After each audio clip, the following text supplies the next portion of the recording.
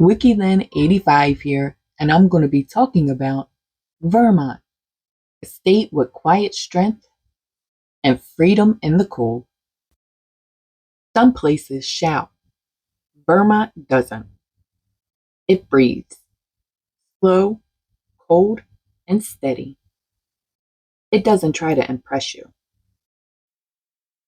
It doesn't have skylines or stadium lights or cities that never sleep. But what it does have is cold air, hard ground, and people who learn to survive both. What people notice first is the mountains, the Green Mountains, which stretch north to south like an old spine. Old, worn down by time, older than the Rockies, and older than most America itself. Nearly 80% of the state is forest, which means out there, nature still wins. With streams, moose tracks, and quiet snow, you don't conquer Vermont, you adapt to it. Long before maps, the Abenaki lived here, hunting moose, fishing trout, and traveling the rivers like highways. They didn't own the land, they belonged to it. A land nobody could agree on.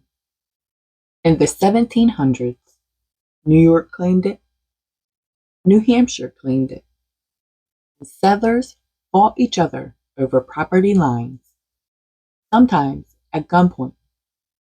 With no government meant no laws, just arguments and axes. So farmers formed their own militia, the Green Mountain Boys, led by Ethan Allen. They defended local settlers by force. They later helped capture Fort Ticonderoga during the Revolutionary War. They weren't polished soldiers, just stubborn men with rifles protecting what they built. The republic that wasn't America. Vermont did something strange. It didn't join colonies. It didn't ask permission. It became its own country. True history. From 1777 to 1791, Vermont was an independent republic. It printed its own money, had its own postal system, and wrote its own constitution. And in that constitution, Vermont banned adult slavery. Before the rest of the nation, freedom wasn't theory here. It was practice. But ideas don't keep you warm, and winters here are long, with minus temperatures and roads that disappear. You learn fast, or you freeze. You chop wood, store food, and fix things yourself. Vermont doesn't reward laziness. What the land gives back. In spring, the trees bleed sugar. Imagine maple trees tapped and sap dripping. Vermont produces more maple syrup than any other U.S. state. It is known for its dairy farms and its sharp cheddar. It is home of Ben & Jerry's ice cream, which was started in a renovated gas station. Nothing fancy here, just simple things done well. Small towns, real people. Most towns here have one stoplight, maybe none. There's no billboards either.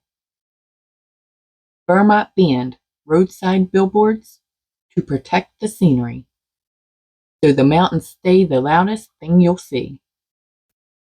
Sports here aren't arenas, they're weather. From skiing and snowboarding to pond hockey at sunrise. And all summer long, you might see mountain biking and hiking. Vermont helped birth modern snowboarding and has more ski areas per capita than any state. You don't watch from the stands. You go outside and do it.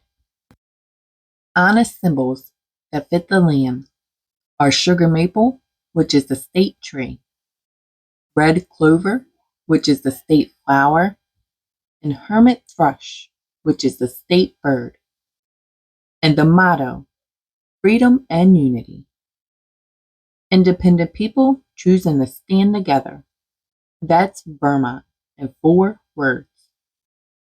No skyscrapers, no noise. Just mountains, old farms, wood smoke, and time, moving slower than anywhere else. Vermont never tried to be big. It chooses to be strong.